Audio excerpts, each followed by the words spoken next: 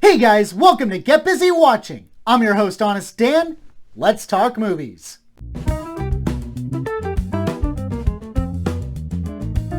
Welcome to my rapid fire. Let's get started.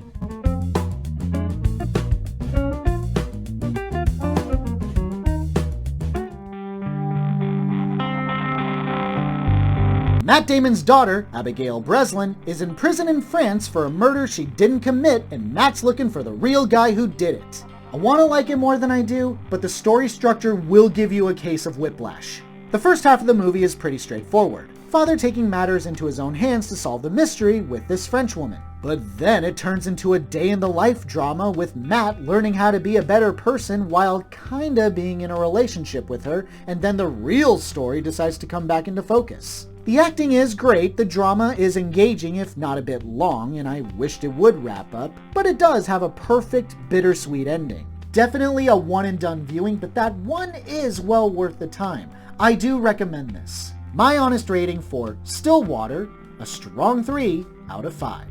Tu fais pas trop d'idées avec mon père. He's a fuck up.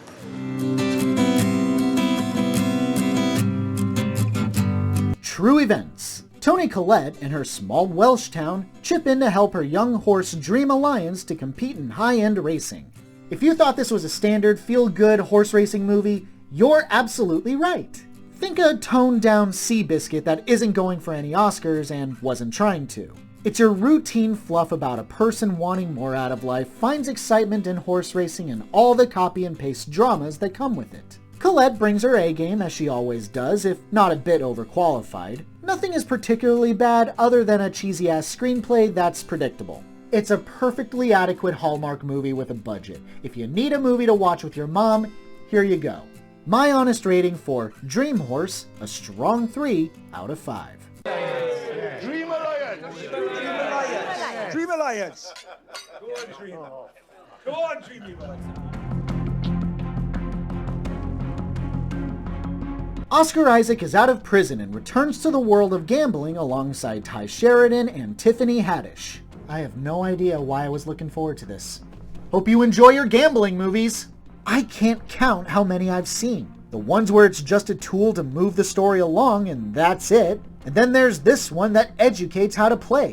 Why would anyone like that? I know it's not just about Oscar winning some big competition, but this movie never gave me a reason to care about him, his motivations, or any of the characters for that matter. There's weird cinematography, stale acting, I couldn't get into it. If the only good thing in your movie is a random dude going, USA! Then it's not a great movie. Pass. My honest rating for The Card Counter, a 2 out of 5. This asshole, Mr. USA.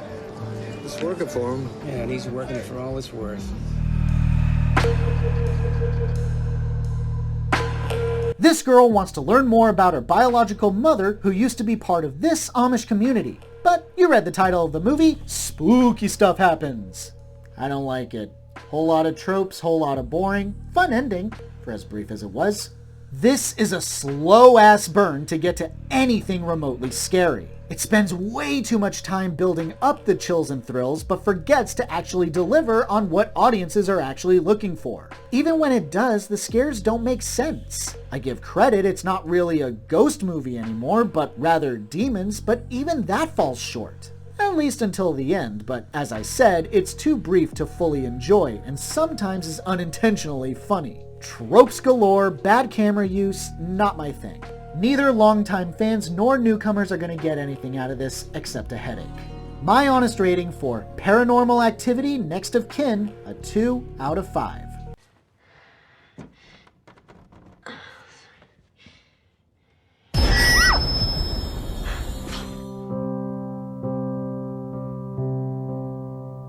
Bella Thorne struggles with her failing romance to her boyfriend and budding romance with his friend. One of the worst movies I've seen all year. Simply unbearable to watch.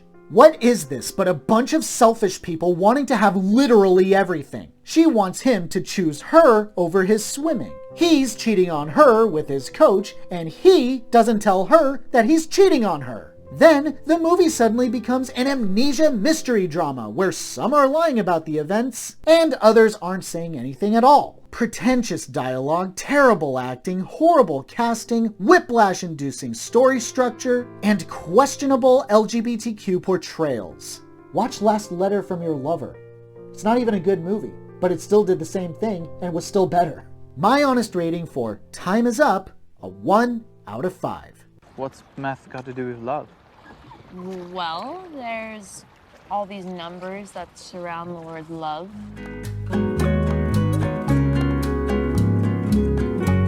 Lil Rel Howery and his wife befriend John Cena and his girlfriend who drive them crazy. Yeah, it's that kind of comedy. You've probably seen it before. Still, not that bad. There's something about John Cena being so excitable and how he pulls off childish innocence while doing all these raunchy things that makes him so likable. Same applies to Meredith Hagner. The story is as predictable as it gets. If you can guess that there's a third act breakup between the two groups of friends, you're right. If you can guess that they become friends again by the end, you're also right. But because the acting feels so earnest or well-directed, the predictability is offset by the performances. Not the funniest I've seen all year, but certainly cute enough. My honest rating for Vacation Friends, a strong 3 out of 5. Question. Why does the salt not taste salty? Oh, because it's cocaine. What? Liam Neeson protects this young Mexican kid from the cartel. Anyone else get the feeling that Hollywood is trying really hard to convince us that Southern white guys are not racist assholes? Hey, I like this a lot more than I like Cry Macho. Unlike the Eastwood flick, the following didn't annoy me: the script and the Mexican kid. Certainly the young man doesn't have the biggest personality and is simply played off like a nice, quiet kid. It works, and has his moments here and there with real bonding scenes with Neeson. Despite sparse action scenes, they're effective enough. The villain is bafflingly made out to be sympathetic at times, and Catherine Winnick just disappears from the movie at a certain point. It's a Liam Neeson movie. Go in, enjoy yourself, and forget about it the next day. My honest rating for The Marksman, a 4 out of 5. I'm a soldier too. My orders are to take them back with me. You're no soldier.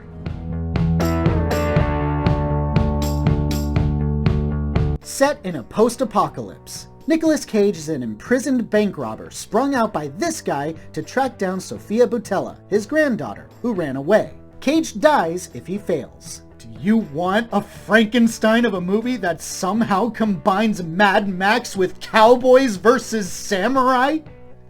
With Nicolas Cage? No? Well, why the hell not? This thing is batshit insane. The world makes no sense, and everyone's acting is so over the top and clearly took acting courses from Cage himself for too long. The sets look like they're from a cheap Netflix show, yet still look charming. The weird and crazy visuals, the over-the-top violence, character choices, hardly any of it makes a lick of sense. Yet I can't stop giggling and laughing my ass off. It ain't my favorite Nick Cage movie of the year, but boy howdy is it the wildest. I recommend it. My honest rating for Prisoners of the Ghostland, a 4 out of 5.